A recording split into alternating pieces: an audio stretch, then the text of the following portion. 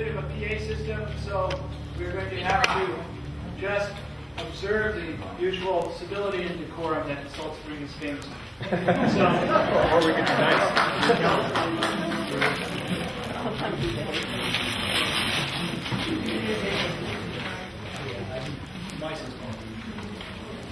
I don't think it really matters.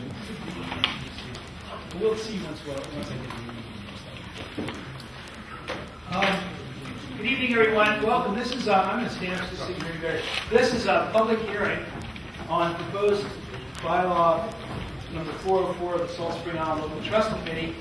And before we convene the hearing, I wanted to just say a few informal words for those of you who haven't been to a public hearing before, that they're a different kind of beast from any other public meetings that we at the Islands Trust have. You've probably been to our community information meetings. They're very informal.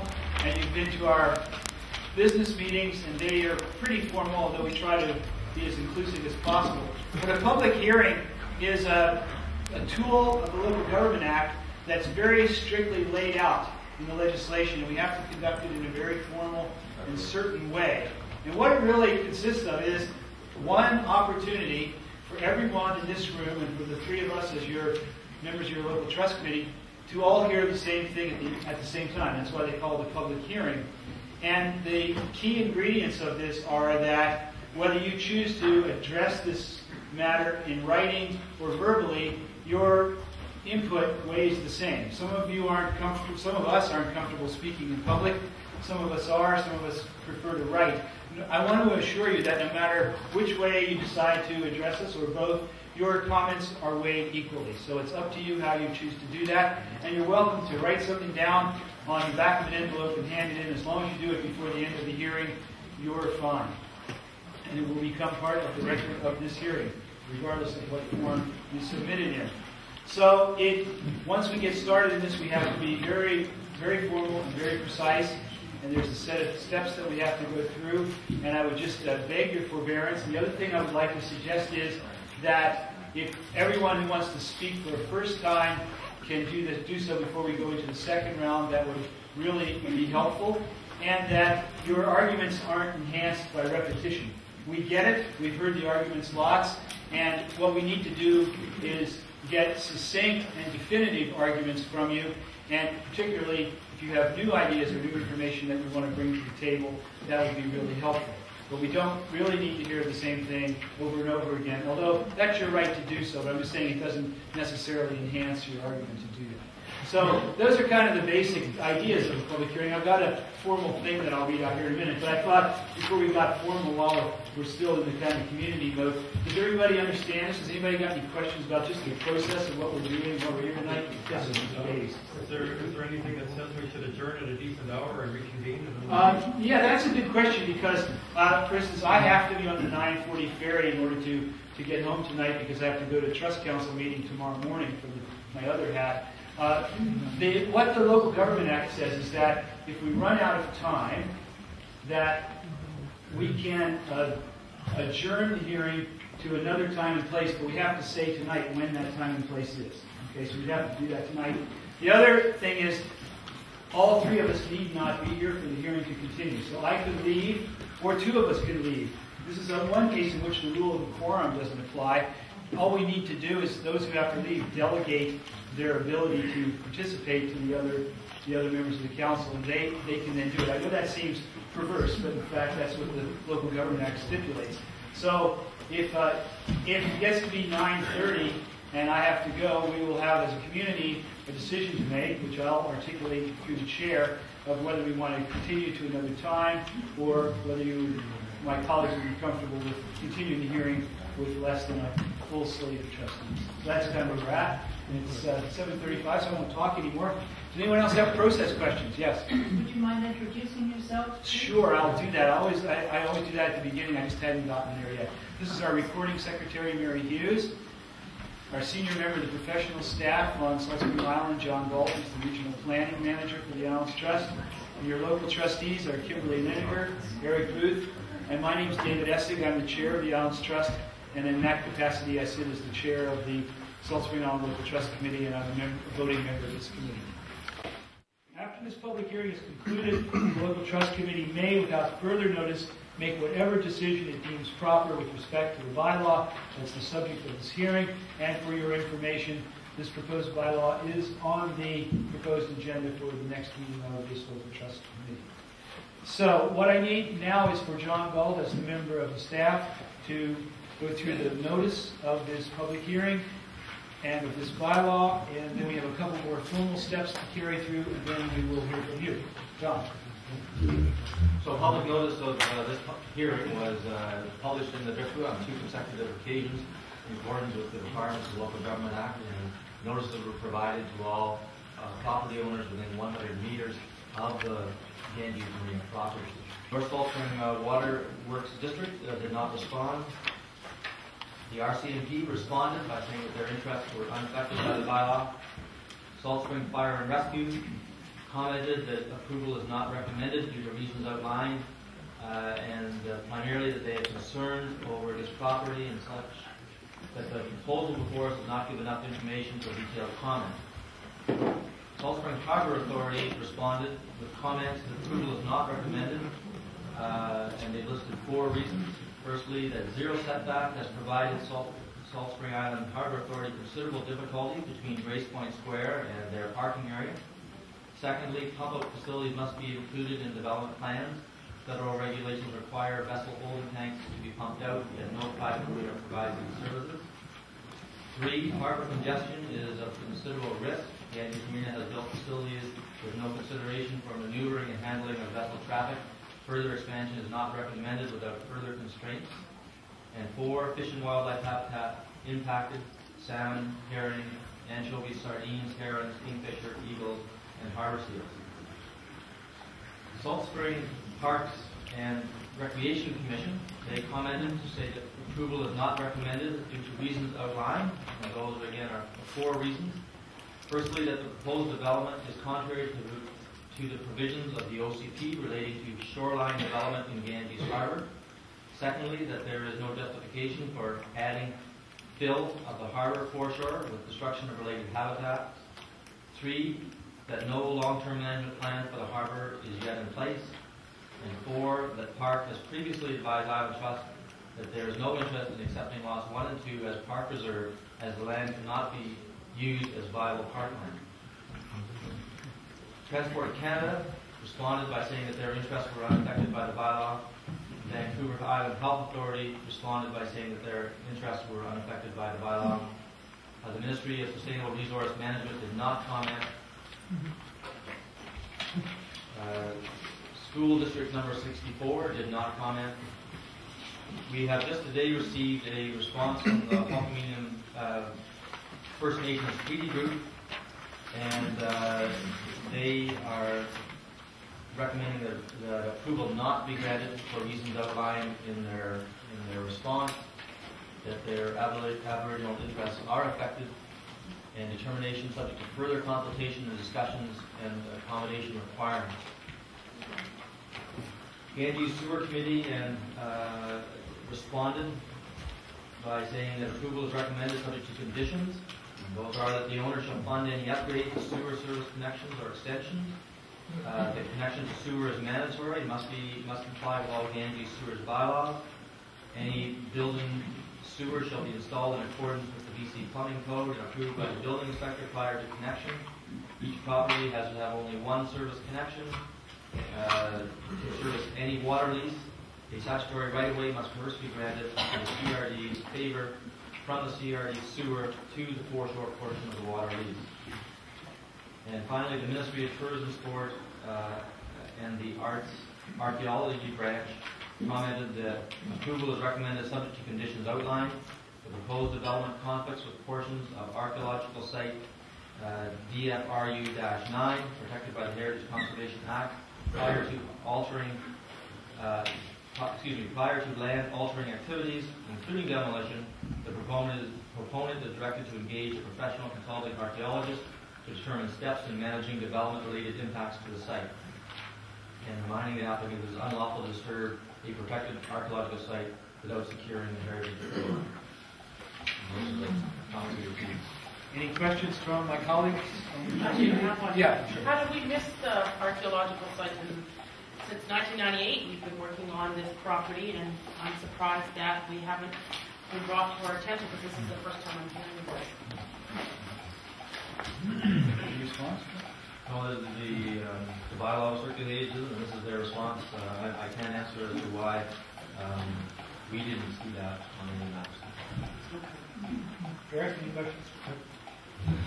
Well, that concludes the part of the agenda for the public hearing that we have to do. Now it's your turn. And again, I'd like to remind you to keep your remarks succinct and speak to the hearing only, and speak to the trustees, to the local trust committee. In the first instance, if you could do that, please. And what we'll do is we'll just start these speakers lines 1, 2, and 3. And if somebody would like to kick it off, you're welcome to do so. Right there. Okay. Name and address. My name is Bart Turwheel, and I'm speaking on behalf of the Salt Spring Harbor Authority, and we're at 127 Fulford Ganges Road. Thank you, David, for reading our 4 comments. So just to introduce what the Harbor Authority, we operate all the public docks and the commercial fishing harbor. So we have 15 to 20 commercial fishing vessels, the water taxis, the seaplane base, BC Hydro, ambulance, all those kind of things. And of course, lots and lots of recreational boaters, free moorage, pump out station, waste reception facilities, showers, washrooms, parking, all the kinds of things that associate with the harbor. And we also have some smaller docks around the island in Vesuvius, Burgoyne Bay, Musgrave Landing, and Fulford Harbor. Our position was that the Grace Point was built adjacent to our property, and it was built with a 0 setback, and the service vehicles and the landscaping has encroached significantly on our property. So that is one of the first things that that jumped out at us in terms of the development plans as it is written. The second thing is that we currently accommodate all of Ganges Marina's customers that need their sewage tanks pumped out. They got to come over to our docks and use our pump out station so they don't discharge sewage into the harbor. And we feel that, and not just Ganges Marina, but any harbor in the Islands Trust that is expanding, be it Salt Spring Marina or Bedwell Harbor, any place, that they be required to install a pump out station so that they could meet federal regulations that prohibit the discharge of sewage into the harbor. So what we have now is local governments issuing permits, development permits, that do not comply with federal regulations. The third thing is, if you're going to study the traffic on the roads, why not study the traffic in the harbor? Presumably when you congest,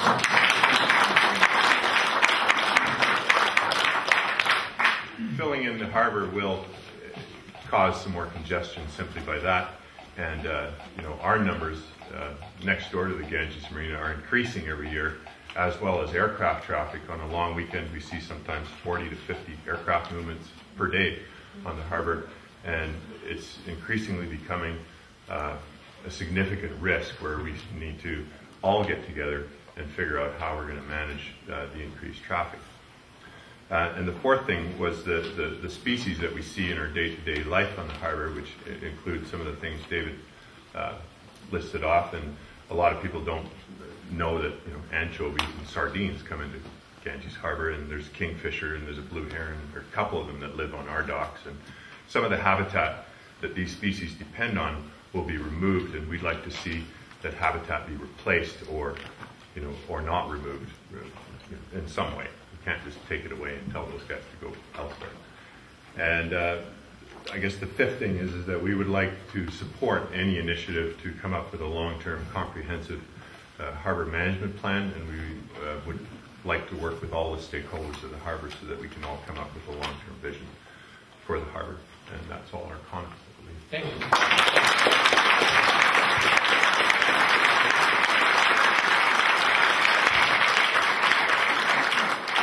Go to this line, and I don't see this line, so you go up this formal line here.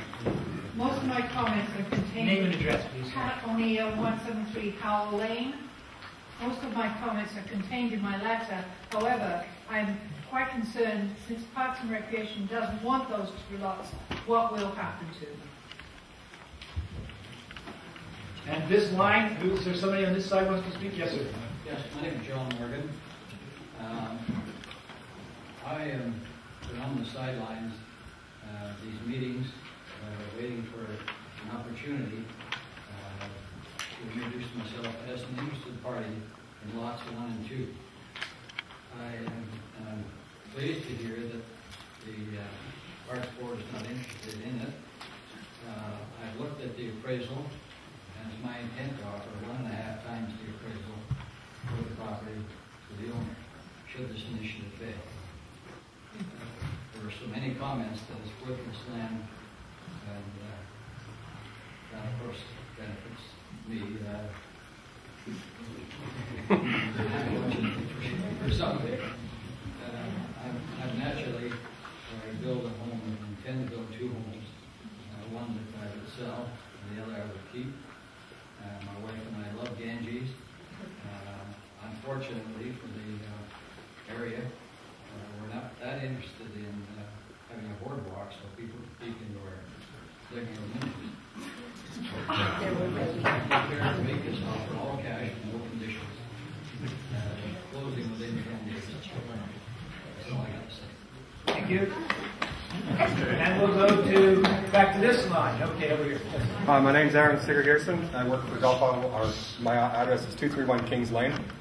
I work for Gulf Island Water Taxi, but I'm in no way speaking for Gulf Island Water Taxi. I'm speaking as a private citizen myself. I am not against marinas. I use them every day. I get fuel from them. I tie up boats in them. One of the things I'm concerned about, though, is the way the Ganges Harbor is developing. It's becoming increasingly difficult to operate a vessel safely. We transport approximately 86 students every day in and out of the harbor. In the summertime, when it's just before the kids get off, it's crazy, to say the least. There's planes, boats. At night, when we're doing ambulance calls, we're sometimes out there at 3, 4 in the morning. The light wash, meaning the light coming from the shore to onto the water, makes it very, very difficult to see obstacles in the water, like boats that don't have their anchor lights on, docks that don't have lights on them, crab pots, buoys, people zipping around in unlit boats. I'm concerned that more light will cause accidents. Someone will be injured, possibly killed. More traffic will cause accidents. As Bart was saying, these planes come in, they come in all the time. They come in fast. It gets scary sometimes. And there are kids on these boats.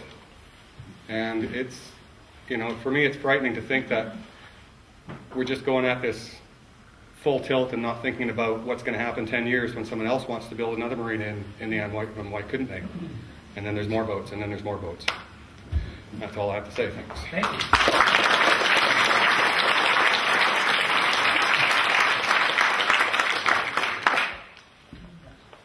Yes, my name is David Rapport, and I'm living at 217 Baker Road. First of all, I want to say that I'm dismayed that the Departments of Health and the Environment find that they have no interest in this matter. To me, it's appalling because it shows a complete lack of appreciation of the connection between our health, the state of environment, and the well-being of the community on Salt Spring Island. It seems to me that one of the fundamental things that we're overlooking, and I based my remarks on almost 30 years of experience of evaluating the impact of human activity on the environment. One of the fundamental things that we're overlooking is a vision for what is really a sustainable environment for those of us who live on this island. And that vision has to be, in part, sustaining the cultural values and sustaining the ecological values and creating an environment in which human health can thrive. And I have seen, in my experience, time and time again, those values eroded piece by piece by looking at one project at a time and saying each project by itself doesn't do that much harm. But over time, in Canada, we have seen unfortunately, a wholesale erosion of our quality of life. And at the end of the day, the developers will tell you, economics is part of our life, and we have to make a living. But at the end of the day, without a viable ecosystem, without an ecosystem that provides the amenities that we need to sustain our life, we will not have a viable economy. And I think it was the president of the American Union that said, no jobs for a dead planet. You have to look at that in a microcosm here of Salt Spring Island. Sure, we want a viable economy. We'd like to see projects, we'd like to see a vibrancy of our economy, but it has to be within the constraints of what the ecosystem can sustain. And what I see, and what I would like to ask you as trustees, is to give us some assurance that, in fact, you are really undertaking the necessary studies to determine what can this island sustain? What kinds of projects are really consistent with sustaining the vitality of this island's ecosystems, and in particular the Ganges Harbor? The kind of assessment that was done by the proponent, or on behalf of the proponent, a quick study, as I understand it, that took an afternoon with a couple of snapshots, is ludicrous to substitute for an in-depth study of what that environment's all about and how it got.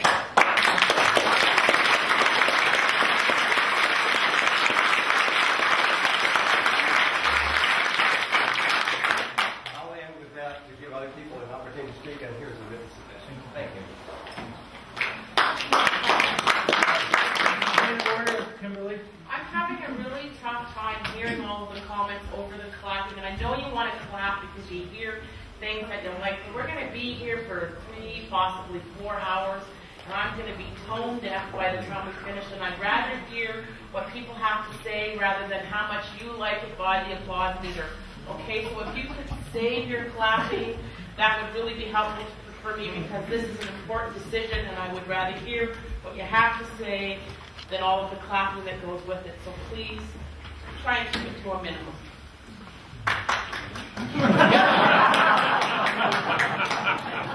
Yes, Salt Spring moment. Okay, we'll go to this side.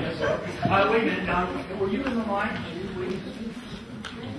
I don't know. Okay, we'll go to you. The line here is kind of vague. Okay, we'll start with you. We'll get it. Yes, good evening. My name is Les Archer. Can you speak up, please? Yes, I'll sort of build up to it. Thank you. My name is Les Archer. I'm a transportation planner with Blunt & Associates, transportation planners and engineers from our Victoria office. And I did the traffic impact study along with my study team for this project, the overall project, Lot A 116 Rainbow Road, and this particular project. We started looking at this at the 2 sites, the Lot A and Lot 1, 2, and 3, beginning of last July 2004. So we've been an ongoing process. Just to let you know, even though we're retained by the client, by the developer, we're bound by professional ethics and transportation engineering to follow standards. Quiet, please. We follow sound transportation planning and engineering guidelines and methods. I've personally had 35 years experience in the Greater Victoria, Vancouver Island, and Salt Spring areas. And so what I just wanted to say just briefly is, so we did in early July of last year, first of all looked at the intersection of Rainbow Road and Lower Ganges Road, did the traffic counts in the PM peak hour, including vehicles and pedestrians, and also looked at the Lot A site and access, the school board site and access to the properties, etc. Done a lot of work on it, what I'm saying. We completed a traffic impact study in late July of last year for the Lot A 116 Rainbow Road site, which was accepted by the Ministry of Transportation. And we also presented it to the school board, and they acknowledged and received it and essentially had no objections to it.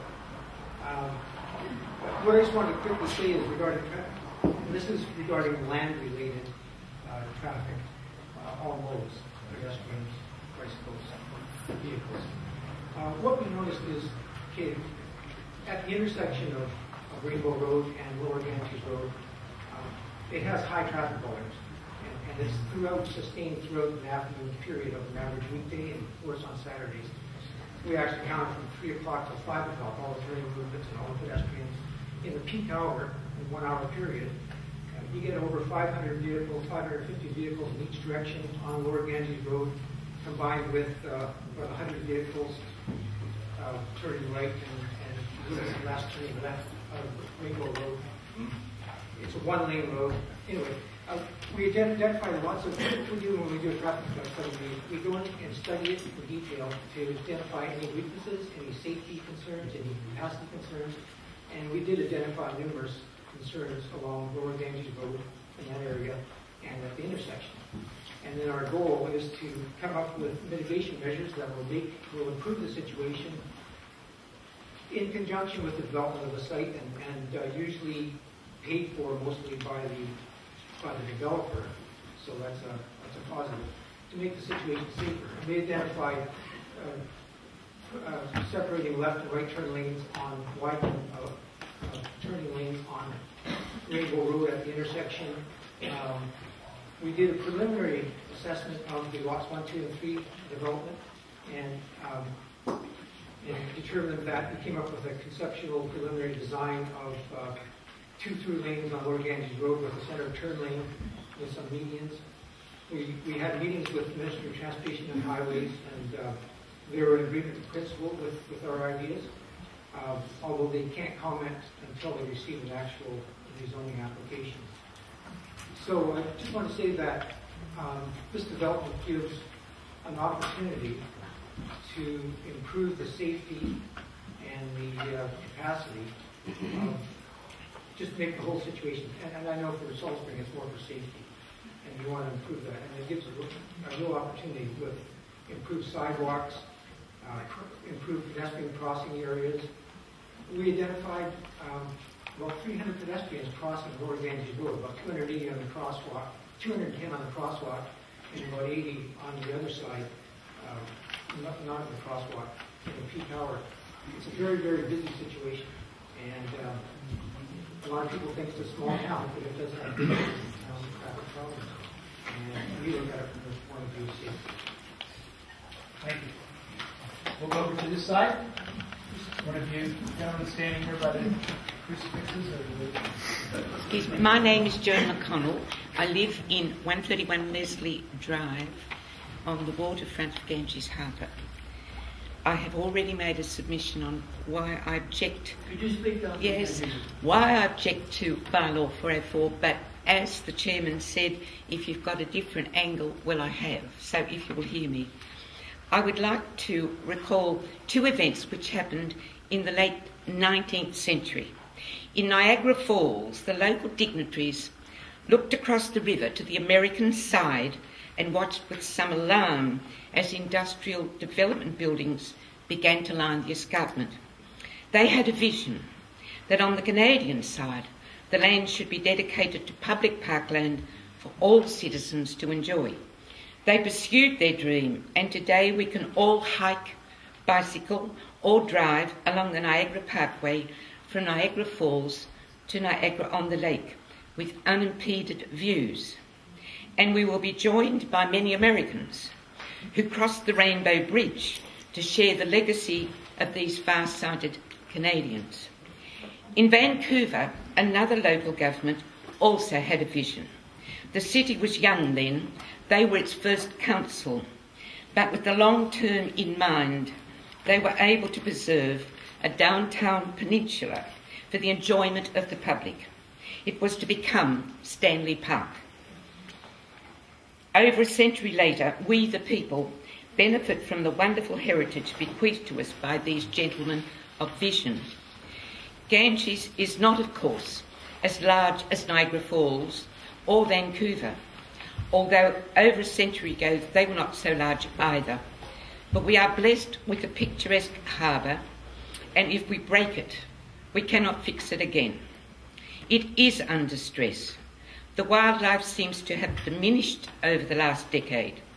We do need to find out why, so should appeal to both federal and provincial environment ministries to help us.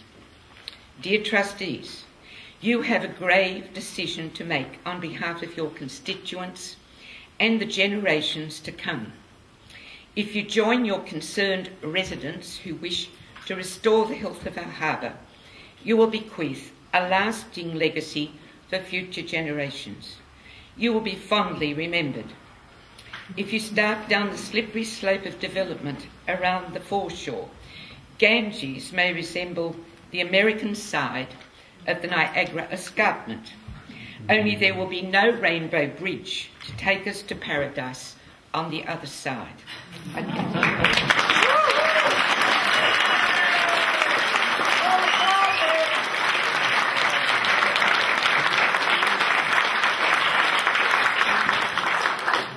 what the 500 feet of the park is going to be. That's the legacy that we're trying to the proponents to have.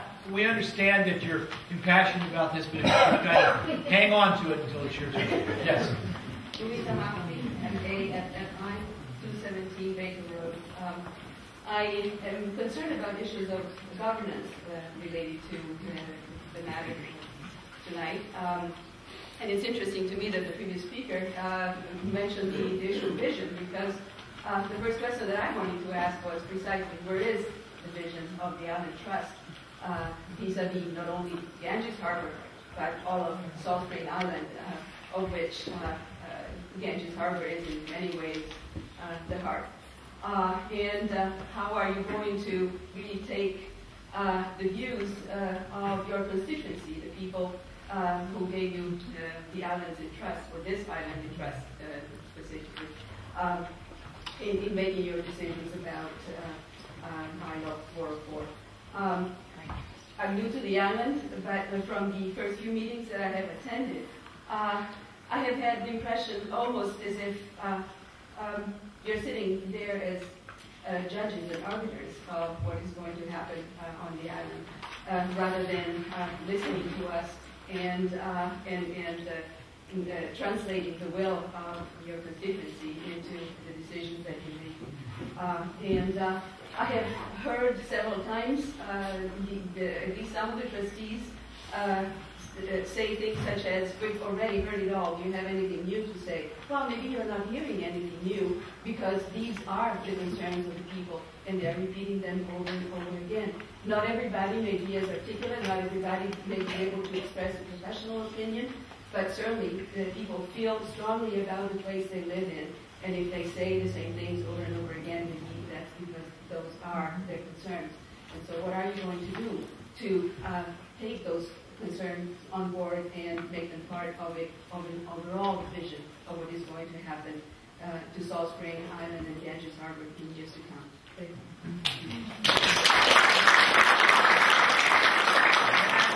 This line. Next. I'm Rowena Dixon on Lower Ganges Road. I've raised 6 children right at the head of Ganges Harbour. I've lived here 39 years. I now have 17 grandchildren, and 9 of them still live close enough to enjoy the harbour at low tide. They love going out there searching for little creatures, and there was a time when they could go out in paddle boats too and have a really wonderful time. I think if we filled in the harbour, that would very likely disappear. And I've written many letters to you, and this one now. Our property at the head of Ganges Harbour, we have 2 acres of undeveloped commercial. The golf clinic, laundrettes or water-based businesses are forbidden because of potential overload to the sewer system.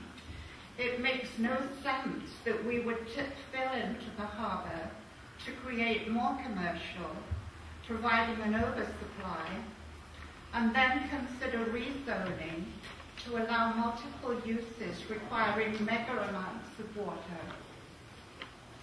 The density and speed of traffic on Lower Ganges Road is already a matter of major concern.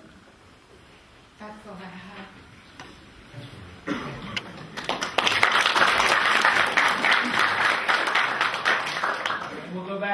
this side. Who's next? Thank you. My name is Maxine Leichter. I'm speaking for the Salt Spring Island Water Preservation Society. Do you want my address, or will you take the society's address? Doesn't matter. Where you want.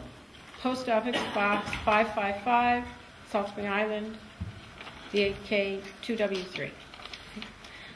Salt Spring Island Water Preservation Society is concerned with preserving and protecting the potable water of Salt Spring Island, and that's what I'll address in my remarks tonight. We're concerned that the rezoning will increase water demand over what would be allowed under the current zoning.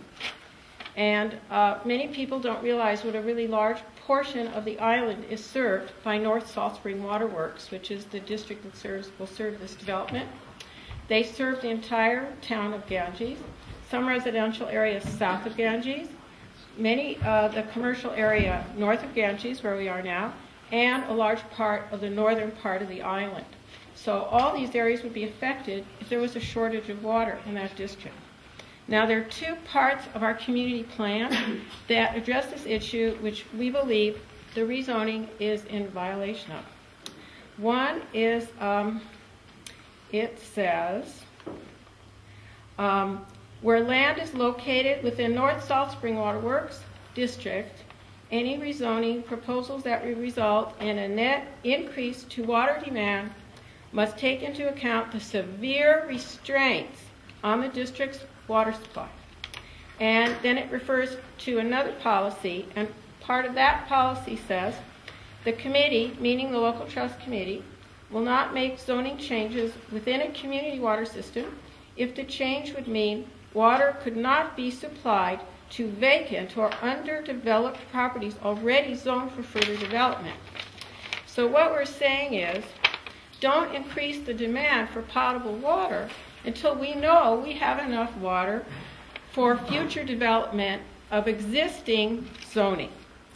And so serious questions have been raised by Mike Larmore regarding flaws in the Acreon report and the lack of a credible demand-supply projections for North Salt Spring Water District. And this indicates that we do not have this information. We do not have this credible data on supply and demand. Now, Bylaw 404 would allow additional hotel and residential units over existing zoning. Specifically on Lot A, it would allow 5 hotel units, would be changed from 5 hotel units to 6 residential units. Now, so we tried to estimate how much more water this would use, and to do that, I was referred by the CRD to the, I have to read this now, the BC Ministry of Health Sewerage System Standard Practices Manual that provides flow rates for the purpose of sizing sewer systems. And the reason that this is relevant is that pretty much the amount of water going into a unit is the same as the amount that goes out to the sewer. Now, these is a guide, not exactly, but close. So, the guide says that a 1 or 2 bedroom residence, which is what I think would be built here, disposes of 250 gallons, and that is 1,136 liters of water per day. And a hotel, if 2 people are in the room, is 60 gallons, or 272 liters a day, plus some for employees. Now, what this means is that a residence uses 4 times as much water as a hotel. And that's understandable given that a residence does, a dishwasher, washing machine, and cooking, which use additional water over a hotel unit, which just uses bathing and toilet facilities. John's looking at me like it doesn't make any sense. No? Okay. Okay, so we're concerned that this rezoning will make additional water demand, and we're doubly concerned because if the same kind of zoning increases are extended to other properties in the harbor, it'll be even a more significant increase in water use. So in summary then, we're just saying that the OCP rules were written to preserve sustainable living on Salt Spring and to protect the rural quality of the islands. And that's why it was written the way it was. And we're just asking that the current OCP be abided with.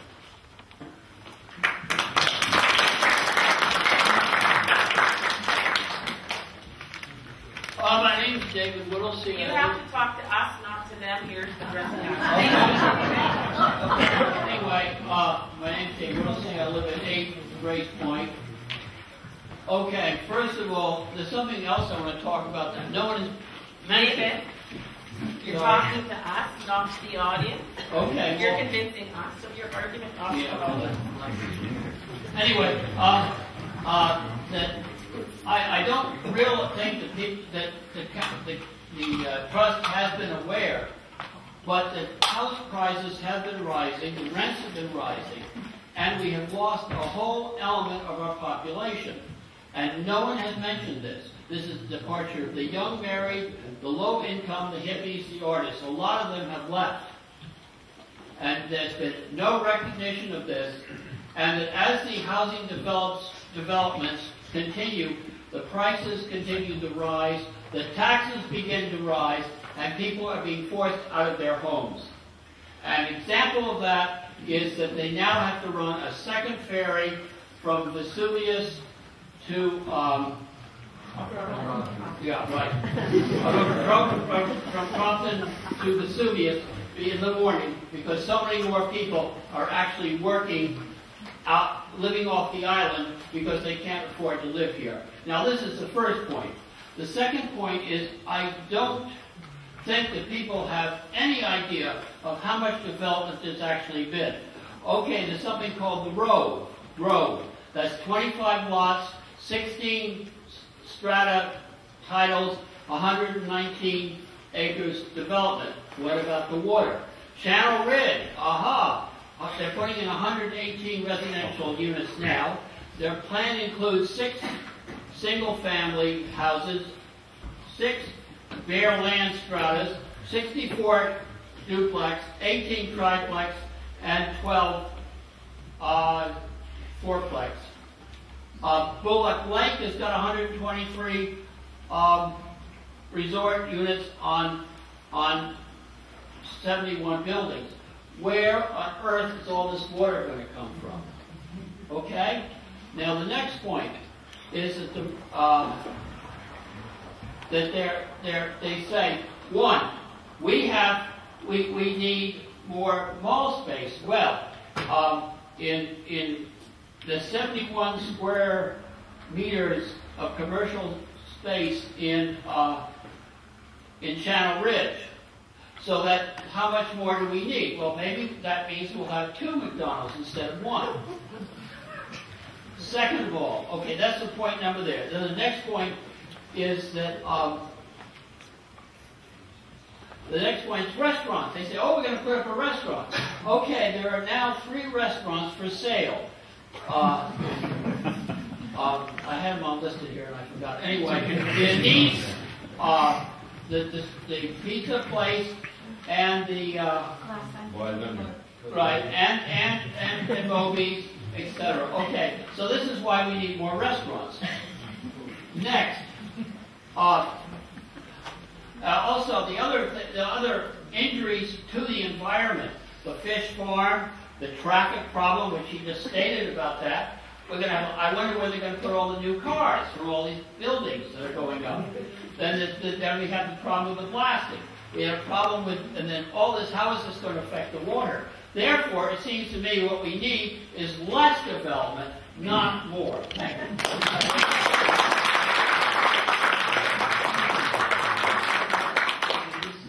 Excuse me, did you have a question? No. If you wanted to speak, you could get in one of the lines.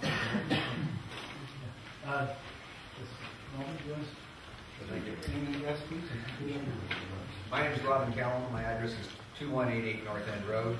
I am the project developer and manager for BNB Ganges Marina. I addressed this letter to the chair, Mr. David Essick, to our local trustees, Ms. Kimberly Leniger, Mr. Eric Booth, and to the many citizens of Salt Spring Island. Tonight I'd like to begin by expressing my personal appreciation to everyone for attending the official hearing of the Ganges Marina. It's been a long time in the planning, almost 13 years, and here we are. Is there ever a perfect plan? Is there an alternative? Can it be done differently? I think almost everything, given enough data. Shouldn't this be addressed to you? It sounds like you're giving me a speech.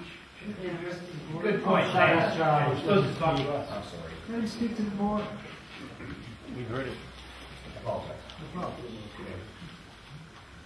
Could it ultimately be done differently? Pleasing the right side, upsetting the left, shift to the left, or right's upset. What's the answer? Is it too much? Is it too big? What are the implications? Do nothing, what are the consequences? Before you use bylaw 404, the proposal of B&B Ganges Marina. We feel it important for everyone in this room to clearly hear from B&B Ganges Marina. Our willingness has always been to compromise, to work with the leadership in finding the balance, and to be accountable for our commitment to the community. The intimate details of this project have been thoroughly examined by the Islands Trust staff. Numerous Can we not have the back comments, please? I mean, it's really hard to hear when you have that low murmur. Please. Numerous staff reports have addressed the individual aspects of the overall project in great detail. Staff has provided you with their recommendations to proceed with the building on Lot 3 with fill at a size of 12,000 square feet. We, the applicant, have requested 16,000 square feet. The proposal was referred to the Islands Trust design panel on 2 occasions. The design panel was to comment on form, mass of the building, the overall appearance and the aesthetics, function, material choices, and the character in relations to other structures. The recommendation from the panel was positive. A detailed traffic study has been conducted by Bunt & Associates of Victoria, and the improvement and recommendations for Rainbow Road intersections were suggested. This report was reviewed with the Ministry of Transportation, and you have their letters of support. The proposal was referred to the neighboring School Board District Board of Trustees for their comments. You have the letter on file which the board unanimously supported the project. The application was then referred to the Advisory Policy Commission, and after almost 3 months, and after delays in deliberation for the panel to review letters and submissions from the opponents of the project, the panel unanimously supported the project with further recommendations to allow a 16,500 square foot building with some modifications. You asked the community benefits of the sidewalk, the boardwalk completion, the perpetuity maintenance, the insurance, and the Rainbow Road intersections to be quantified and to be measured of value to the community. You asked for the dollar value of lots 1 and 2 to be coveted park space and open space to be qualified by an accredited appraiser. The DP 2489 permit, which identifies the 6,400 square feet of fill, dates back to 1989. Staff had been instructed to research the aspects of the permit. The conclusion after months of research resulted in the trustees' resolution to qualify the fill.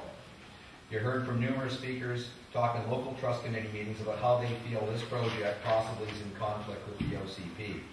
Before the trustees are copies in part of the OCP and in specific items highlighted to reflect a direct comparison between the paragraphs and section in the development guidelines. There are over 70 direct and identified specific references how this project should be encouraged and should proceed, and this project clearly meets that criteria. How is one possibly to imagine that when this OCP was formed with over 70 direct compatible comparisons that this project is in conflict? There are specific sections in the OCP which clearly identify community priorities, such as the public pathway systems and the park dedication in the Ganges core. You've heard speakers use the phrase pristine shoreline, natural environment. We want to keep the shoreline as it is. Since the early 40s, the property proposed in the fill permit DP 2489 or Lot 3 of B&B Ganges Marina and the adjacent properties known as the Fishery, the Farmers Institute, and the Cudmore were log dumps. And the remnants of sunken logs, sunken bark, rusty choker cables can be seen there today. Furthermore, these properties were the mouth of the Ganges sewer system, where hundreds of tons of raw sewage flushed into the shallow harbor fronting these properties for decades. The Westmar engineering report commissioned by B&B Ganges Marina in December 1996 lists a table of test pile results where 25 individual testings were conducted in front of the marina. Much of the testing using an open-ended vibro pile hammer. After decades of raw sewage together with silt and dirt in the log booms, the slough layers range from a minimum of 2 feet to a high of 41 feet. Hardly what we would call pristine. We can't understand why anyone would want it to remain as is. It's a far cry from natural environment. What is obviously missing here is the economic stability the marina brings to Salt Spring Island. The Rotary and Chamber welcome dinghy study in 1997 concluded that over 9,000 independent boat visitors stayed at the Ganges Marina that year, and the average person on each boat when surveyed spent an average of $640. In simple terms, for 1997, the Ganges Marina contributed in excess of $17 million to our local economy. And economists will tell you the ripple effect of this contribution is times 7, as the money changes hands between merchants, wages, consumer purchases, utilities, professional services, travel, and so on. The marina today, in 2005, has increased its moorage by almost 50%. And if extrapolated in today's dollars, would exceed $30 million per year. 30 million times 7. In addition, employment, managers with young families, staff, young students, repair tradespeople, supply drivers, and so on. The Westmar engineering study of 1996 clearly showed that not if, but when the perfect storm hits the Ganges harbor, all that will be left of the Ganges Marina will be the antiquated toothpicks up on the harbor house lawn. The marina needs a complete rebuild, and all the stocks need it soon. I am no scientist or biologist, but imagine over 9,000 boats anchored in the harbor with their anchors sunk 10, 20, 30 feet deep in the mud, tugging what's left of any vegetation off the ocean floor. That's if any growth can even survive after 9,000 boats unload their holding tanks in the harbor, because there is no Ganges Marina. B&B Ganges Marina has retained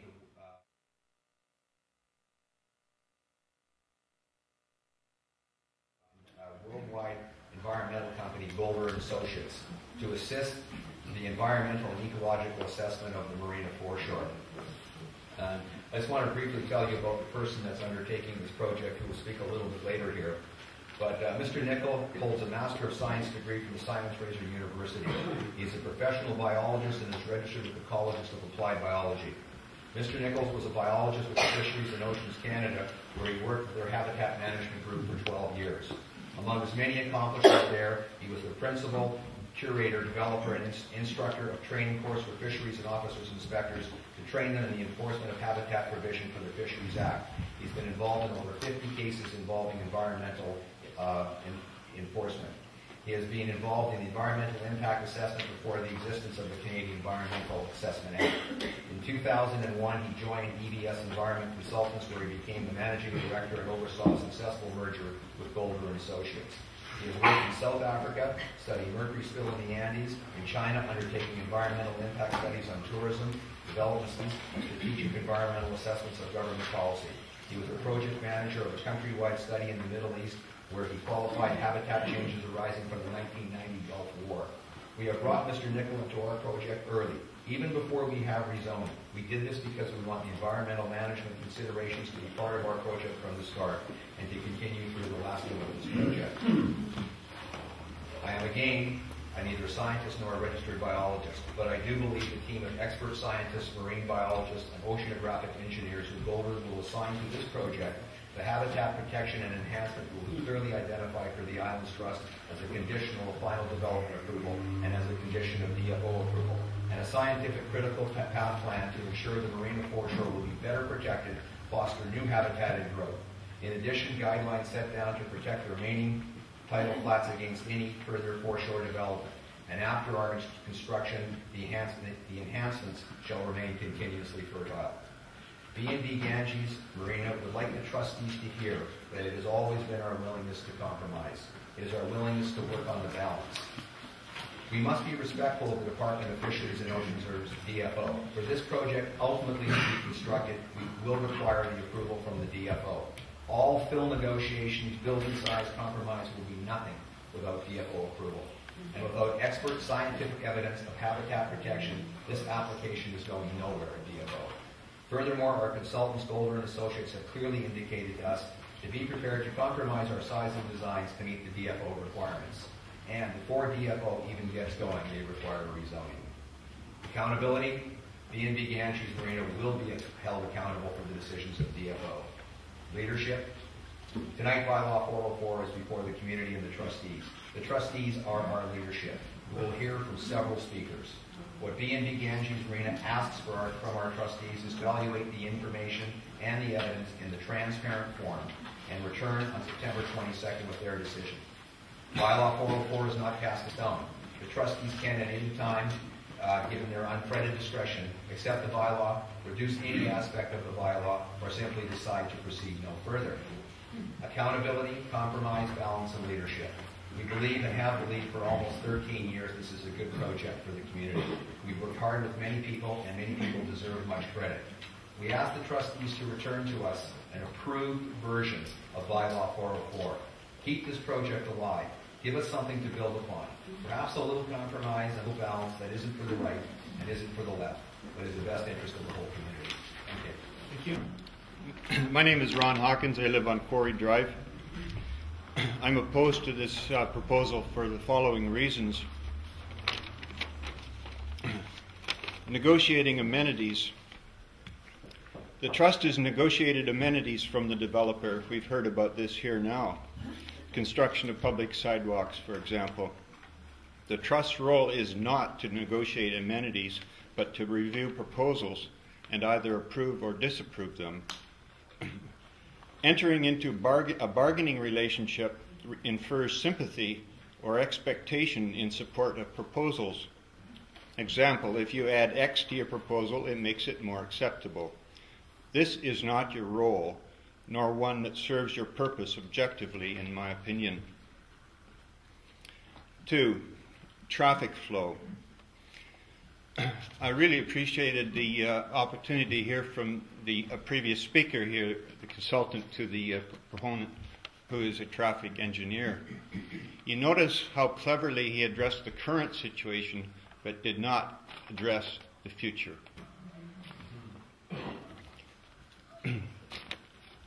Traffic flow.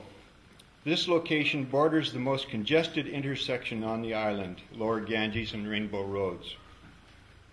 Present congestion is poised to rise dramatically here in the immediate future, with developments pending on Collins Road, the massive Rainbow subdivision, Murakami's affordable housing project, not to mention our new recreation complex. A 30-year traffic management plan is essential to deal with future growth before, not after the fact. This project brings increased density of commercial and residential activity, compounding a known existing bottleneck, the worst bottleneck. Then there is the expansion of the new, quote, Mobies, unquote, development and marina, a doubling of our overall island population until build out. And goodness knows how many more tourists each year. This means 2 things. A, downtown Ganges core will become essentially impassable in the course of these years, and hence closed to passenger vehicles or bypassed. And or B, expropriation of private property along the downtown corridor to accommodate widening of roads. If you know this now, or if you don't know it now, why on earth would you enter into a proposal that would exacerbate the problem? Given the siting of this project with sidewalks and zero setback, expropriation will be very expensive. The time to check out is now. Simply say no now or pay. Ow. I'm not finished. 3, land use. The previous speaker, Mr. Callan, the construction manager representing the proponent, has spoken of all of the good things that he feels will come of this. But simply put, this project is inconsistent with my vision, and those kinds of comments don't relate to my vision. My vision is not for a developed harbor. This site is clearly marine in orientation, and land use along the shore must respect that. A marina makes good sense, Hotels and heavy commercial residential development do not.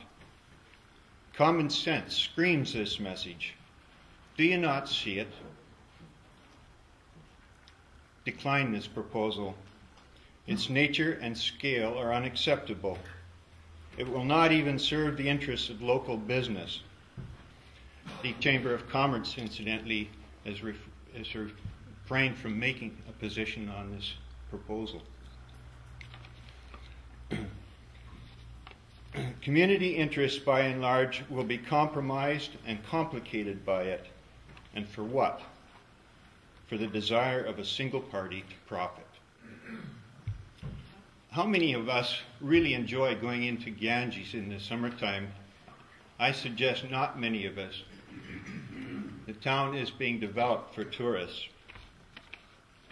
My vision of the Ganges shoreline is the status quo. I derive far more pleasure from driving or walking along an unobstructed view of the harbor at all times of the year and day. Rezone it, limited or no development.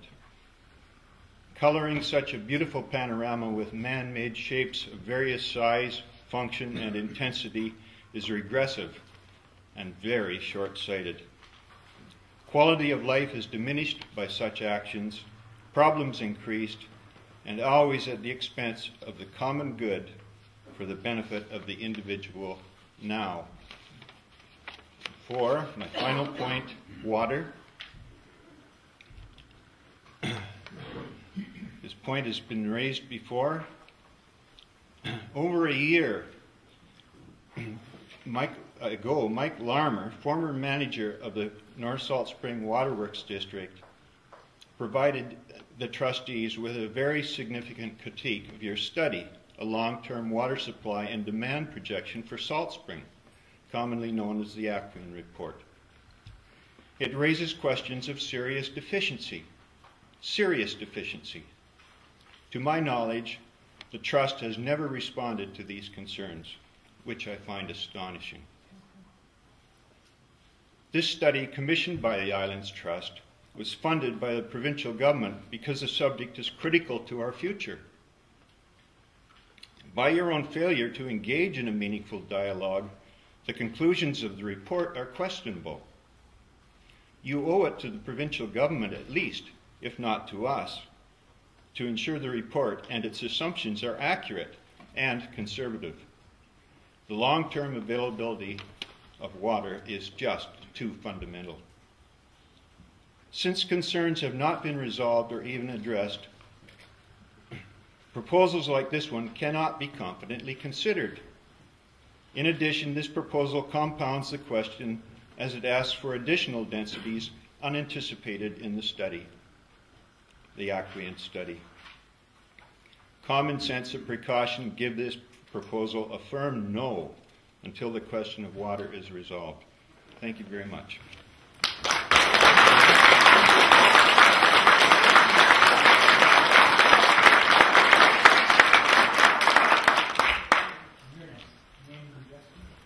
My name is Jill Evans. I live at 120 Oyster Catcher Place, Channel Ridge, terrible Channel Ridge. I'm not going to say very much. I just have a letter here. I emailed various people on this subject, and I got this from Keith Anderson of, the Land and Water people. The answer was a little bit different from the one that we heard earlier. Land and Water British Columbia Inc. has no objections in principle to the proposed bylaw. Islands Trust has the mandate to establish zoning bylaws and has an established process through which to present proposed zoning changes to the general public. The Federal Department of Fisheries and Oceans has the jurisdiction over the marine environment and marine habitat issues. The proponent will have to demonstrate to LWBC that they have the formal approval of both agencies before we will grant permission to undertake any development on the Crown lands and foreshore. That's it. Okay, thank you. Well, there are many wonderful and unique places on Salt Spring Island. Ganges Harbor is at the top of the list and belongs to all of us who live here and love and cherish this beautiful island. The developer is correct in saying what he proposed to do has been done before. It was a mistake to allow infill in our harbor on a previous occasion, and it is surely not a reason to compound an error by adding to it. The harbor is showing signs of pathology, and additional stress can only make matters worse. The OCT allows for minimum infill for completion of the boardwalk, but does not allow for the construction of a commercial building. Included in the mandate of the trust is this statement: the object of the trust is to preserve and protect the trust area and its unique amenities and environment for the benefit of all residents of the trust area and British Columbia generally. The Canadian Oxford Dictionary defines preserve to keep safe or free from harming our harbor. We are envied by many people, not only on this continent, but from all over the world, for the beauty, serenity, and peacefulness of our surroundings. We do not need or want an Atlantic City type of boardwalk development on Salt Spring Island.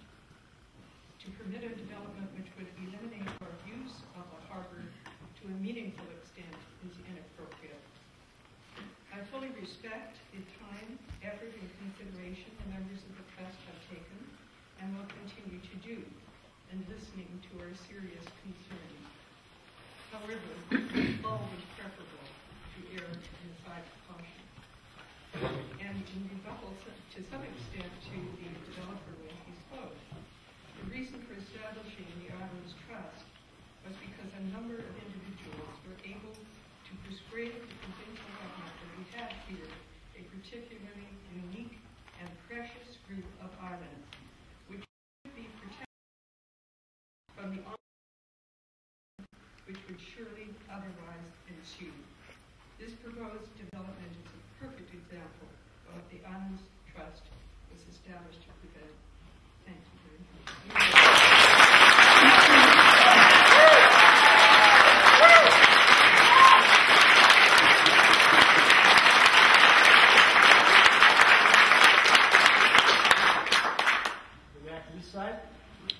I'm George Herring, Seymour Heights. Trustees, it's no secret, and nor should it be, that after the formation of Save Our Shorelines, Peter Lamb and I met with the developer, Mr. Kelln. We wanted to see if there was common ground that we could find between our position and theirs. He didn't have to meet with us. He came to our public meeting, which you may know. He sat there patiently through it. He heard everything we had to say. He knew exactly where we were coming from. He didn't have to meet with us, as I said. I give him credit for having done that, and I thank him for it. During the meetings that we had, Mr. Kelln repeatedly made the point that he could not make the building on Lot 3, the one that's contentious, he couldn't make that significantly smaller.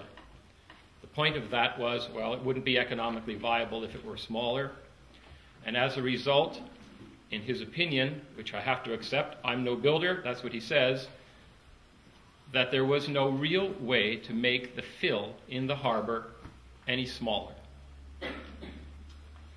In my opinion, having thought about this a lot, in the end, that's why this proposal has to be turned down. I want to say something about precedents, because Eric, you've said repeatedly that this decision doesn't set a precedent because trustees are free to decide every case independently. And it's certainly true that trustees need to be free to make decisions on every individual case that comes before them. But a trustee who operates according to a set of principles, logic, reason, and fairness should be expected to come to similar decisions when faced with a similar proposal. The way they arrive at a decision should logically lead to similar outcomes, and it's misleading to suggest that they would not. But even that doesn't go far enough, because the decision made by the trustees is not the end of the matter. The law itself creates the precedent. quite independent of the trustees, who change from time to time. They are creating a law. On this one, it says right there, bylaw 404. And a law, once passed, forms a basis on which other applicants can reasonably expect to be treated. And naturally, they have the recourse through the courts to appeal future decisions based on this one. Laws are not meant to be haphazard or helter-skelter or quixotic. They're supposed to deal with people the same way on Tuesday that they did on Monday. So to suggest that the trustees are free to make contrary decisions in the future is true in part, but it is either misleading or naive. With that in mind, in my opinion, the reason why this proposal needs to be turned down rests not on the size or the configuration of the building or exactly what goes on in it, but on the very concept of this particular development, which is, plainly put, to create private land for private profit. The developer is not proposing to put up a new fire hall or a school or a hospital or a nursing home or other community need. Nor are we creating land in order to protect the foreshore from storms or to protect the natural environment from erosion or other environmental damage. He's proposing that we create private land for private profit, and to establish that precedent in public policy could have very serious consequences for our island. Yes, there are so-called community benefits or trade-offs as part of this package, and we should be mindful of them. But if he wanted to, the landowner could build the boardwalk in front of his property without creating new land. He could increase public safety by putting a sidewalk on lots 1 and 2 without creating new land. He could still dedicate those properties to green space if he wanted to. None of those depend on the creation of private land just so someone can make money from it. And as a local government, as a matter of public policy, that's not something we should be encouraging. Creating land in the harbor is, oddly enough, I think, our own island version of urban sprawl. Instead of paving over farmland, which is what happens around most Canadian cities, we're proposing to create the land itself. And frankly, if we were proposing to grow local food on it, I might think about this differently. But just as paving over suburbia has environmental consequences, so does this proposal have environmental consequences. We should never proceed down that road without knowing just what those consequences are, and that's why we've called for a harbor management plan before this or other developments like it take place. So as it is, I hope you will turn down this proposal. But even doing that doesn't give me much comfort, because Plan B doesn't look a hell of a lot better. And I hope the Trust will continue to work with the developer on a project that makes more sense. This land, in my opinion, I'm sure, this land is going to be developed. And we should disabuse ourselves of the notion that nothing will happen on it. It's a prime piece of real estate in one of the nicest locations, in one of the hottest markets in the country. I'm sure it will be developed, but it does not have to be on land that we create just so the owner can build on it. Thank you.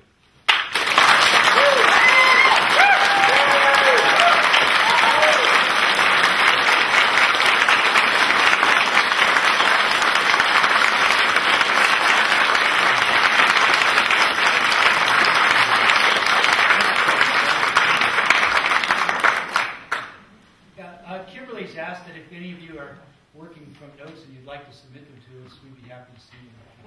If you care to. It's up to you. Tamara, would you like to give your full name and address for your... I'm Tamara Briggs from Bow Bluff, Sansom Mills. And that's a hard one to follow, George. Well, I urge you to say no to bylaw 404. We worked hard to develop our official community plan, which clearly states no infill in Ganges Harbor except that which is necessary to complete the boardwalk. The OCP is not to be ignored when proposals come its way. Bryony Penn's PowerPoint, recently presented to over 200 people in an SOS meeting, was a stunning documentation of the richness of our marine heritage in the harbor, with marine birds diligently documented by the Waterbird Watch, a marine mammal birth and death, and critical herring spawns from 1934 to 2000, when funds ran out to continue the study. And I urge all of you, if you haven't seen it, to look at Bryony's PowerPoint, where she visually shows you all the herring spawns that they had on Ganges Harbor. Herring, being the backbone of our marine ecosystem in the Gulf Islands, is a key species to save, protect, and encourage. Restoring eelgrass in the harbor will have a far greater impact than our little harbor. It will impact the whole health of the Georgia Straits. As Bryony pointed out, we are at a critical point in the health of our harbor. We can go either way, a dead harbor or a vibrant one that satisfies the soul. We need an unbiased marine assessment of the harbor and its potential for marine life before we develop it to its hilt. Sure, I'd like to see the boardwalk complete, but at what expense? How about having the unfinished boardwalk a great monument to our dedication to restore the ecosystem that was once and still is vital in the harbor? Proudly, we could call it Herring Swim Lane. One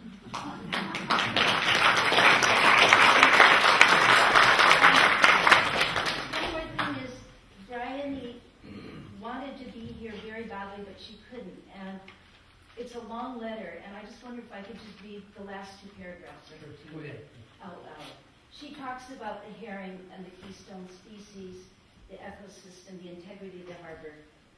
She says, in my presentation to a crowd of 200 islanders, not 100 as reported in the Driftwood, as part of the SOS event, I offered the suggestion that the upcoming federal review of the proposed Gulf Island National Marine Protected Area might throw some light on the cumulative impacts of foreshore development on these biodiversity hotspots, presently being considered for inclusion in the National Marine Protected Area.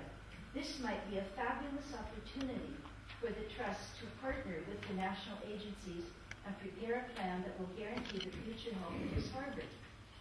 Making such a precedent-setting decision, such as the marina, that would require permission to infill eelgrass habitat area that is protected under the Fisheries Act is completely at odds with the official community plan and our national laws.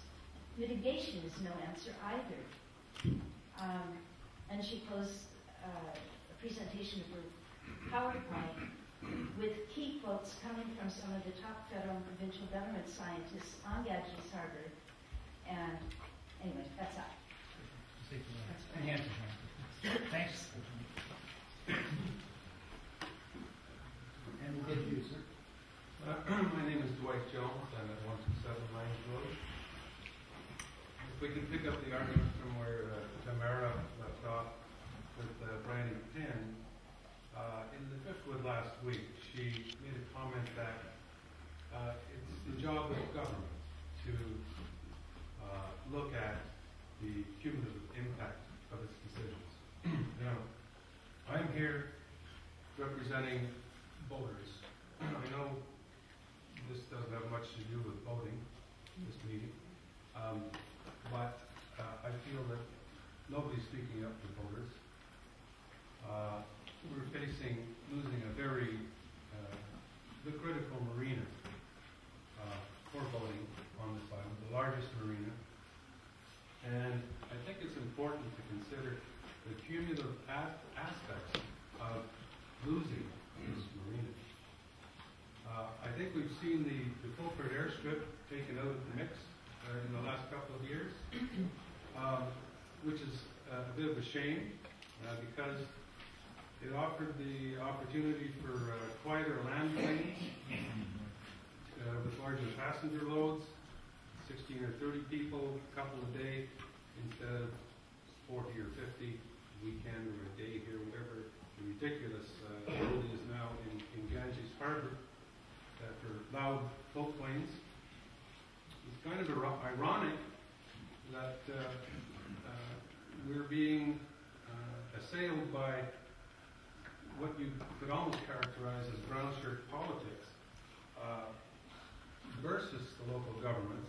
Some say that the brown shirts want to displace Q3 as the government on this island, And I'm suggesting You just addressed the bylaw.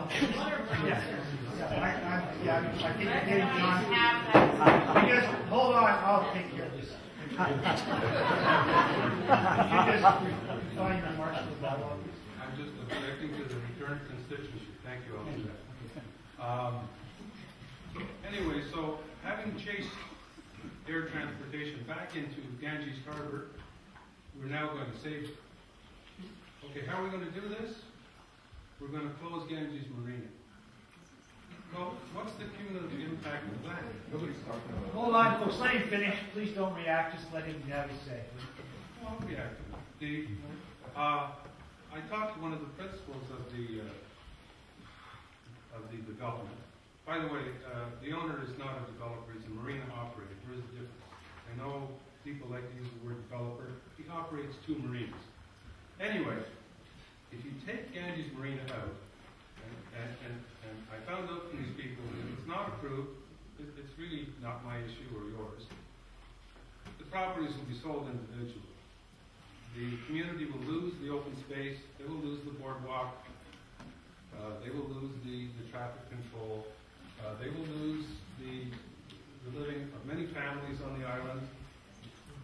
Elitist elements don't care about that on the island, but that's a hard fact. But the worst thing about it, from the proposer's point of view, and from a safety point of view, is when you take that facility out of the boating community, you end up with an awful lot of anchored vessels in Ganges Harbor.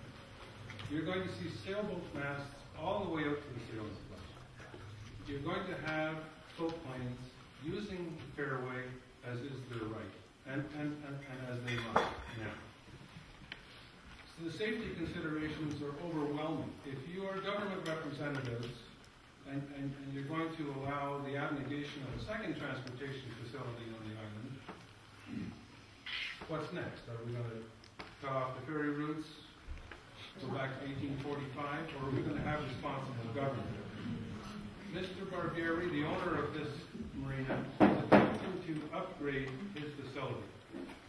He's trying to bring it up to something that resembles the standard of all the other marinas around Puget Sound and the Strait of Georgia. This one isn't even close. He rescued this marina from bankruptcy, and it's doubly precious to all boaters in our community because the Centennial Marina is double rafted and not accepting new applications for boats. That's the public marina. The Salt Spring Marina has drifted into the purview of Seattle Yacht Club interests. So if you take this one out of the mix, you've basically skunked the boating community on this island. There won't even be a fuel dock. Now, this can be amusing to someone who's not a stakeholder in this. It's easy for them, from an elitist point of view, to say, yes, let them all eat cake. But it's very difficult for boaters, people who move here expecting to be able to boat, to be turned away from the Seattle Yacht Club, to be turned away from a facility that they depend on, the largest facility of its kind on the island, the only one remaining, turned down for frivolous reasons. There are parties who think that Mr. Barbieri should be made an example of. This does not seem to me a rationale for dealing with an individual. Some people say we have to stop this. We're not interested in marinas, we're not interested in boating, but we want this man to be shown as a precedent. In other words, we want this development to be a tar baby for our cause. That's not good politics. That's not responsible government.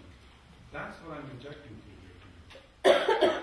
I think we have to look at Brian Ben's statement that our government must consider the cumulative impact of losing hundreds of jobs, losing a proper upgrade to a businessman's business, to open space, to continuing the boardwalk. I think as our elected representatives, you have to look at the proper governance in this situation, the responsible administration of transportation facilities on this island. You have to make your decisions.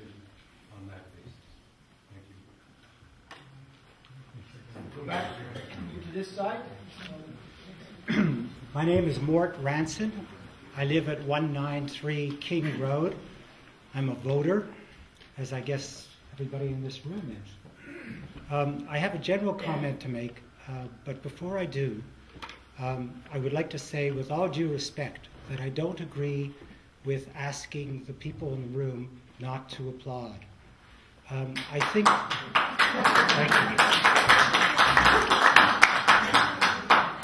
You see, I didn't mind pausing while people applauded me.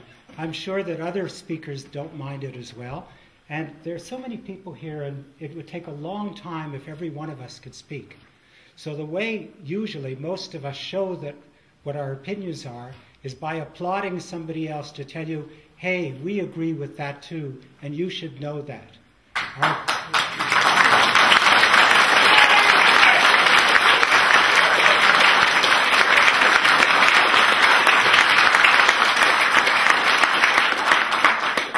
Kimberly, I noticed that you put your hand over your ears. I'm getting a really bad headache. I've been here. Yeah, but you know what? So I'm trying to hear comments. I understand people agree, but I understand. this And is I the have. opportunity, and once it closes, I can't hear anything else from But you. may I point out that you're not the first trustee who has been given a headache by the passion of the people who live on Salt Spring. Or will she be the last? You know, the reason we're so passionate is that most of us in this room are probably refugees. We all come from someplace else.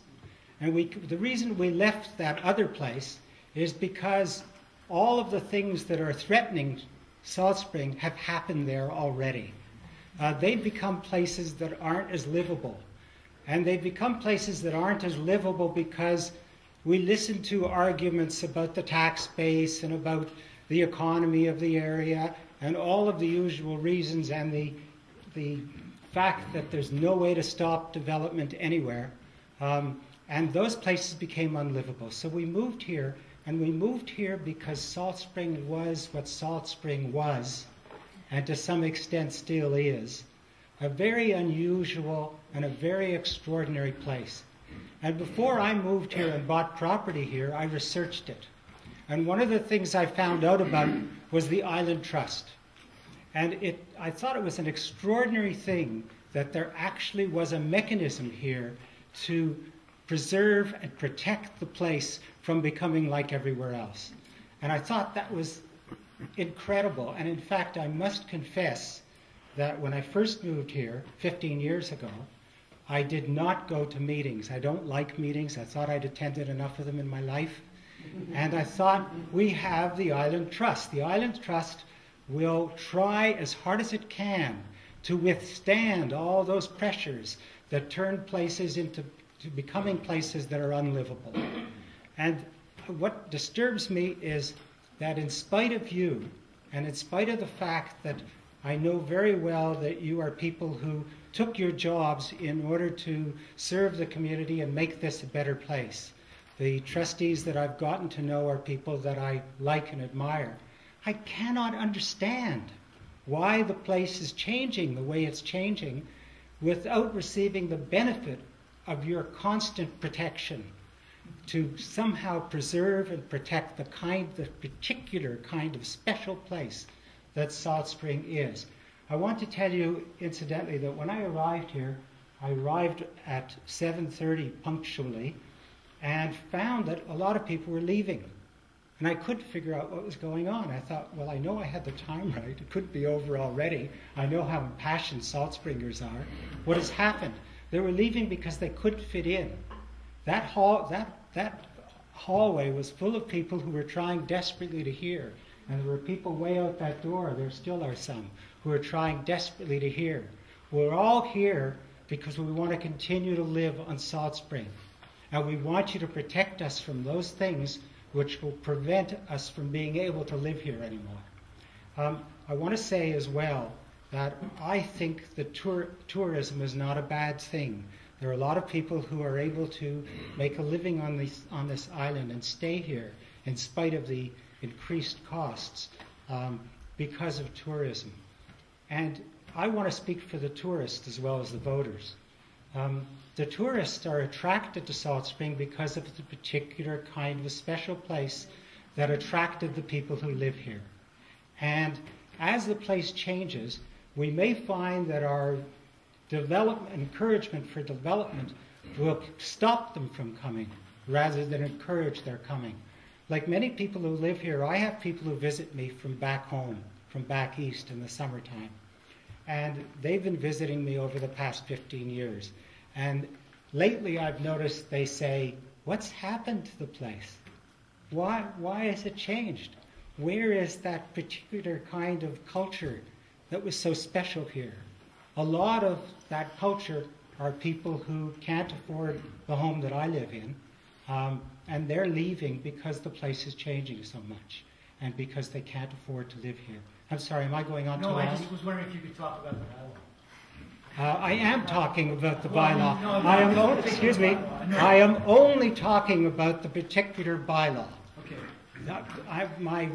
The reason I'm talking about the particular bylaw is because the bylaw is another nail in the coffin of the Salt Spring that I came here to live in. That's what I mean. And it's probably a good place to end. Thank you.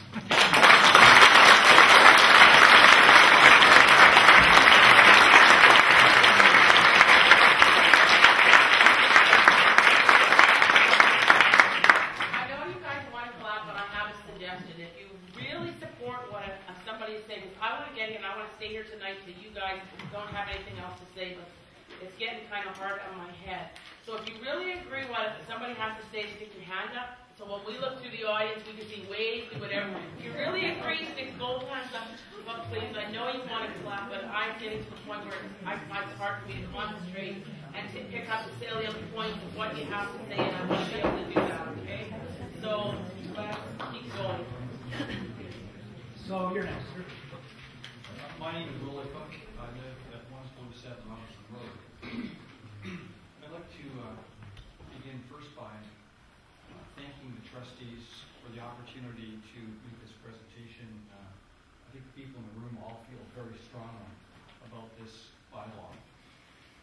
And I want to thank you for your time and your patience in listening to us. I think people in the room, I sense from the applause meter, have a message for our trustees that we care deeply about this issue. We care deeply about this island. And we're profoundly worried that our trustees are about to make a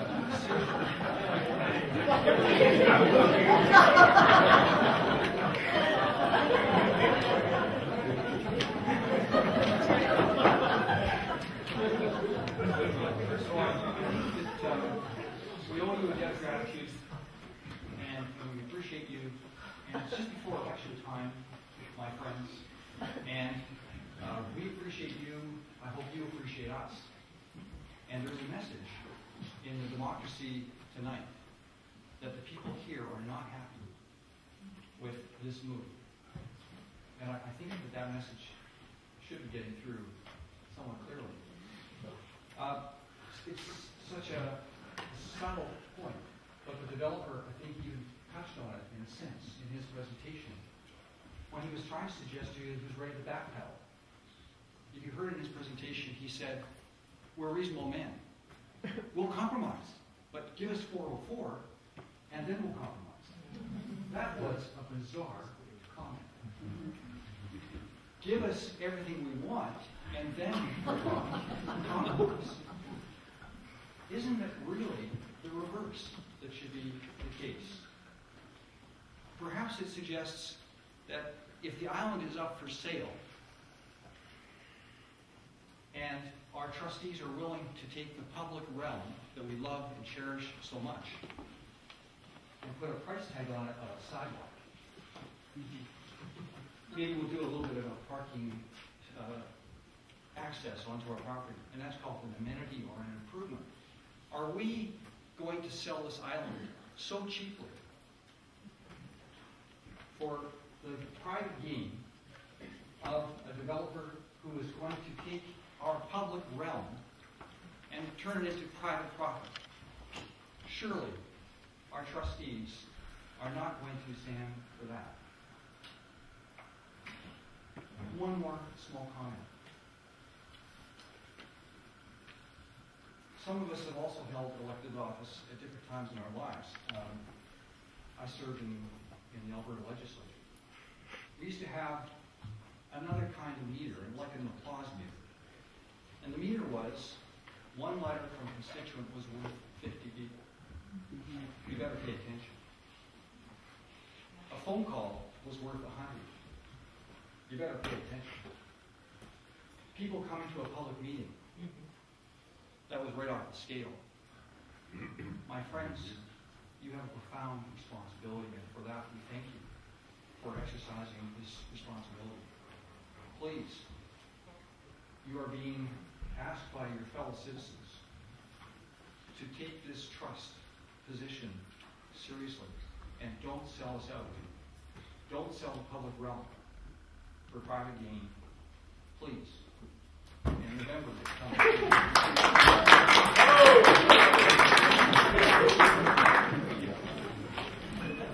That's working a lot better, you guys. But it's so much easier. Okay, now we'll go to this slide. Yes. My name is Angela Getty. Could you speak up, please? My name is Angela Getty, and I'm on Valley Heights. I'm not sure if I'm going to be attending the October Islands Trust meeting, in which case I'd like to say thank you for two that we know of, the two departing trustees, that's David Essick and Heather Booth. We don't know yet about Kimberly. However, I have written a letter which I'll submit, and it's brief. I'd like to read it. It's mainly it's addressed to you, David Essick. As you are the departing long-term local trust committee member after 9 years of dedicated public service, if there is a split in the votes of the island trust, of the island-based trustees, then you obviously cast the deciding vote. Please vote against the B&B Ganges Marina proposal. Please do not impose this on our island, on our harbor, on our islanders, especially as you leave. If this bylaw is defeated at the local trust level, then it will mean that we do not have to continue to fight this by example, the following. By following up at the Islands Trust Council Executive, where they can disapprove this bylaw because it violates the OCP. Number two, we won't have to follow up with the Water and Land EC to ensure that they do not give consent for change in use of the Crown lease of the foreshore line. Number three, then we won't have to follow up with the Minister Ida Chong, the Minister of Community and Aboriginal Affairs, as an amendment would be required to the OCP, and we would all lobby that she not give the approval to that amendment. Number four, then we won't have to watch as the next local trust committee is saddled with a lawsuit based on violation of riparian rights or violation of the OCP, or possibly the developer might want to sue if it's past this level and found to be faulty at a higher level. And number five, then we won't have to follow up with archaeological concerns, which may also prevent it from going forward. So please respect the opposition of the many societies and public bodies that have recommended against this proposal, in addition to the widespread opposition of islanders. Almost finished. From Ecclesiastes, one line. One generation passes away and another generation comes, but the earth abides forever. Please vote against this, save our shoreline. Let your no, Mr. Essick, be part of the legacy you leave us on this island.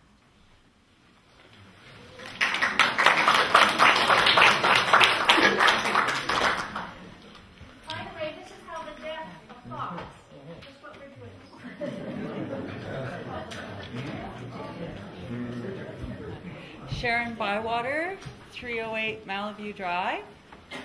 I've written you letters, so you've already got my thing on paper. So tonight's just off the top of my head. Everybody who is still working on the island, who isn't on a retirement pension, is directly or indirectly dependent on tourism, whether we want to admit it or not. So this isn't about obliterating tourists or closing the marina.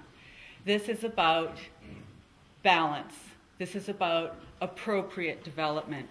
This is about we're a community first and a tourist destination second. And I think the community is making a very clear point here that if there's going to be changes in the harbor, we want a management plan. We envision a clean, healthy harbor. We envision a shoreline that the community and tourists can benefit from and enjoy for a long time ahead. Recently in Vancouver, the City Council, after much pressure from residents and businesses, said no to Megacorp Walmart. If they can say no to Megacorp Walmart, I think the Trust can say no to Bylaw 404. Another point I would like to make is about the HTG letter. I haven't had an opportunity to read it. It's just new in. I hope that once you turn down the bylaw, any further developments with this gentleman, proper consultation will take place with the HTG, unlike Walker Hook, unlike Poets Cove. Here's a wonderful opportunity for the Trust to open the door to appropriate consultation. Thank you.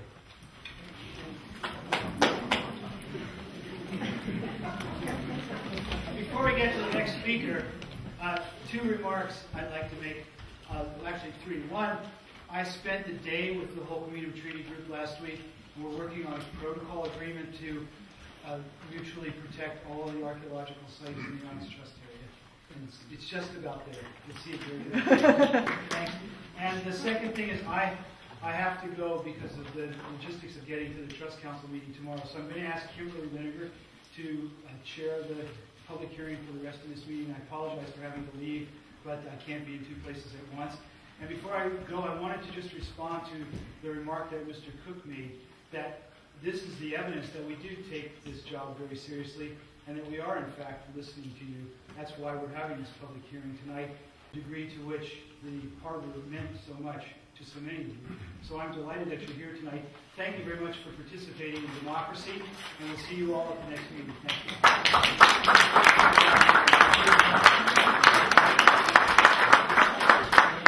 So I'm sharing from here on out. I'm prepared to go as long as you guys want to talk. Just a sec, John. As long as you guys want to talk, just know that I'm of the two trustees sitting at the table. I'm the only one going to Trust Council. I have to be on a plane tomorrow morning at about 10 o'clock, and I haven't packed yet.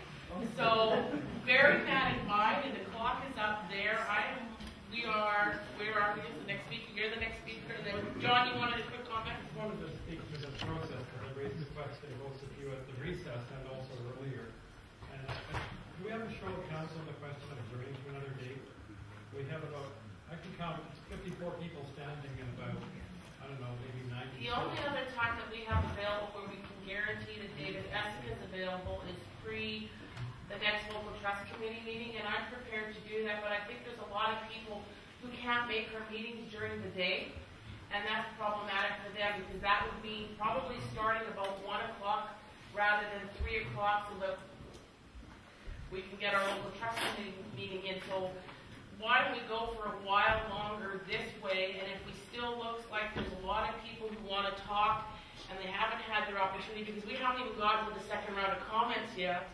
People are still on their first round of comments. So let's at least try to get the first round of comments done, and then we'll take another poll in a little while to see if people want to adjourn to the local trust committee day. Because that's the alternative, and I don't even know if we adjourn now, 2 hours or so would be enough to do it on next Thursday. Well, I don't know about, let me finish my comments. how to schedule this set to do public hearings on one night on such an important issue. Why is the deadline of the committee meeting? I don't necessarily agree with the arbitrary of the procedure. I'd like to have a show of hands now about adjourning to a date when it's addressed in the year because it's extremely important. Yes. So is it really important to everybody to have David Essex hear all of the comments? So everybody who has a comment that they're wanting David Essex to hear, stick up your hands. Okay, there's quite a number here.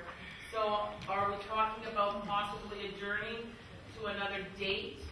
No. Yes. Yes. Okay, who wants to adjourn to another date? Hold your hands high. Another date than what? Yes, that's going to be the issue. We have to be able to declare what the other date is going to be tonight, and the only other date when we can confirm when David is going to be somewhere that we know is at the next local trust committee meeting, because we can't. I'd like to continue at least for another hour tonight to ensure that everybody is. Excuse me, can I talk? Okay, please. Let Eric speak. You guys Come on, are let's be respectful. Okay, let me talk. Okay, I'd like to continue tonight for another hour to ensure that everyone in this room gets a say on the 22nd, because I don't want to be in a position on the 22nd of doing 3 hours and then get to the end and people have not had a chance to speak because we went home early tonight. I'm prepared to stay for at least another hour here. David's not Okay. And yes, David's not here, but that's part of it as well. Can I make a comment that Mary is making notes of everything that we say, so that if there's comments that David will have copies of that and that sort of stuff, so all of those salient comments will be picked up. So I'd be happy to stay for another hour and adjourn. And then if you're concerned about your comments not being heard by David, you can come on Thursday, what's the date? 22nd, and make it again, because there's a lot of comments here and there's a lot for us to digest through. And I think you guys are getting into a groove here, and I don't want to lose that. Go until 10:30, and we'll reassess and look at adjournment time and that sort of stuff. So, sir? What? Actually get the response from the public. Right. It seems to me that this is an extremely important issue of governance, and so there should be absolute clarity about what the public wants. Well, most of the public are now leaving, and so it looks like they're pretty much telling us by their feet that they want us to adjourn to. Yes. Yes. Yes. Yes. Are you guys coming back on the 22nd? Yes. Then let's do it this way. So those who want to stay and continue for another hour, stay. We'll sit and listen.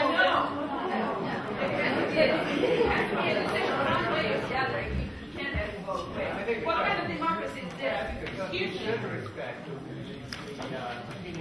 I'm going to adjourn this meeting until Thursday, September 22nd at 12 o'clock here. Now the question I have for John is, because we're adjourned, does that mean the community can still write letters and comment and phone us and talk to us? Yes. Open season on the letters, you guys.